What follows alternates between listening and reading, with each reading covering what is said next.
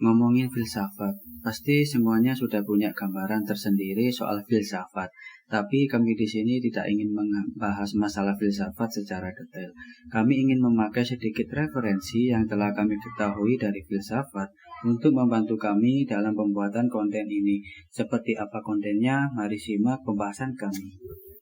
Secara sederhana, filsafat dapat diartikan sebagai sarana dalam membantu kita memahami dunia. Namun bagi filsuf Stoa Romawi abad ke-1 yang bernama Musonius Rufus, filsafat adalah apa yang dapat kita lakukan setelah kita tahu sesuatu dengan gamblang.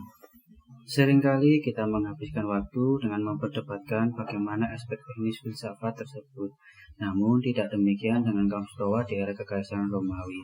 Mereka benar-benar meminati yang namanya etika, prinsip yang mengatur perilaku dengan cara bernalar. Karena bagi mereka, bernalar dengan benar merupakan kunci kebajikan, dan kebajikan semacam ini adalah satu-satunya kebaikan sejati dalam hidup. Kami mempercayai bahwa hidup memiliki dua keadaan, yakni keadaan yang dapat dikendalikan dan keadaan yang tidak dapat dikendalikan, seperti kekayaan, kesenangan, kesehatan, rasa sakit, dan kematian. Hal tersebut merupakan sesuatu yang tidak dapat kita hindari maupun kita kendalikan. Namun karena itulah akal sehat akan membantu kita dalam menghadapi sesuatu yang tidak dapat dikendalikan. Dengannya kita dapat memutuskan bagaimana kita menanggapi sesuatu keadaan yang tidak dapat terkendali dan bagaimana cara kita menilai sesuatu tersebut. Pantas saja kekayaan, kesehatan lebih disukai daripada penyakit atau kemiskinan. Namun jika kita tidak yakin untuk bisa melewati kesulitan tersebut, bagaimana kita melanjutkan hidup kita? Akankah kita meneruskan hidup dengan meratapi kesakitan dan kemiskinan, atau malah seharusnya kita bisa tetap tenang dan menghadirkan kegembiraan dalam situasi sulit sekalipun? Pelajaran yang bisa kita ambil dari kisah orang suci pada zaman dahulu merupakan ketabahan dan keyakinan. Tabah dan yakin merupakan kunci para orang suci dalam menggapai hidup yang sejahtera.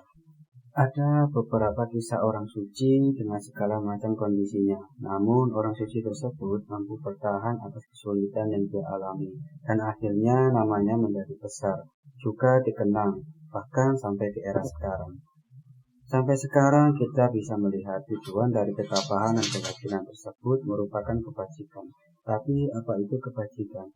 Bagi Musonius, kebajikan merupakan keunggulan yang berarti apa yang mampu membuat kita untuk hidup lebih baik.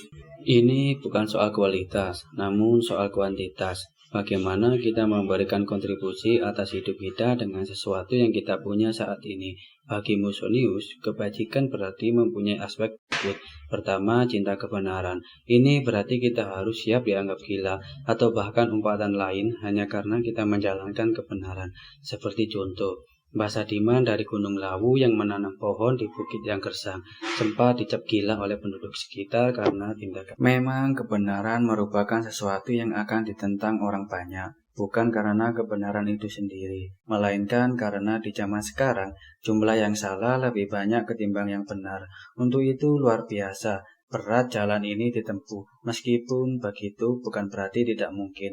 Sekali lagi, sosok Mbah Sadiman adalah contoh yang hidup bagaimana kebenaran ditegakkan dan memberikan manfaat. Kedua, keadilan, yang berarti berlaku adil sesuai dengan porsinya. Adil bukan melulu soal rata. Adil bisa diartikan sebagai pas atau cukup. Ketiga, keberanian. Dapat kita latih dengan cara tidak lari dari tanggung jawab dan membela diri serta orang lain dengan tepat. Dan terakhir, pengendalian diri.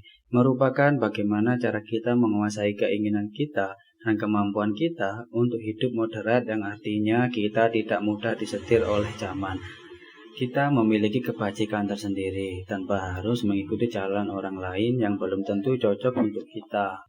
Lalu ketika kita sudah memahami tujuan dari kebajikan, apa yang harus kita lakukan?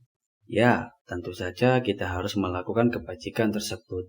Mana yang akan kita pilih, lebih mempercayai seorang mekanik yang telah 10 tahun melakukan pekerjaan memperbaiki mobil, atau seorang anak SMK yang baru lulus sekolah untuk memperbaiki mobil kita? Tentu saja mekanik yang berpengalaman yang akan kita pilih. Inilah alasan kenapa segala sesuatu harus dilakukan lebih dahulu sebelum kita bercerita. Sama halnya dengan nilai kebajikan. Jika kita hanya memahaminya tanpa menjalankan nilai kebajikan, lalu bagaimana mungkin orang akan mempercayai kebajikan yang kita tawarkan? Saya teringat dengan Gandhi. Ketika diminta seorang ibu untuk mendoakan anaknya agar tidak lagi memakan garam. Namun Gandhi tidak serta-merta mendoakan anak tersebut. Hal pertama yang dilakukan Gandhi adalah berpuasa dari mengkonsumsi garam. Baru setelah itu Gandhi mendoakan anak tersebut dan akhirnya masalah terselesaikan. Inilah kunci dari segala sesuatu, yakni lakukan. Jika kita hanya tahu kebajikan tanpa melaksanakannya, apalah arti pengetahuan tersebut? Terakhir, Tuhan telah memberikan program yang baik untuk kita, sehingga sudah sewajarnya jika kita mencari kehidupan yang bajik. Dalam perang apapun terlepas dari motifnya, sebenarnya manusia sudah paham mana yang baik dan buruk. Contoh saja Palestina dan Israel. Bagaimanapun perang tersebut terjadi, tetap saja inti dari keinginan masyarakat dunia terhadap konflik tersebut adalah berhentinya peperangan itu sendiri. Kita tidak benar-benar mampu melihat tangisan anak kecil yang kehilangan orang tuanya dan juga para tentara yang kehilangan nyawanya hanya demi peperangan. Dapat kita simpulkan bahwa filsafat dapat membantu kita menemukan kebijaksanaan dalam hidup dengan cara menalarnya. Lalu jika kita sudah memahaminya, kenapa belum kita lakukan? Terima kasih telah menonton.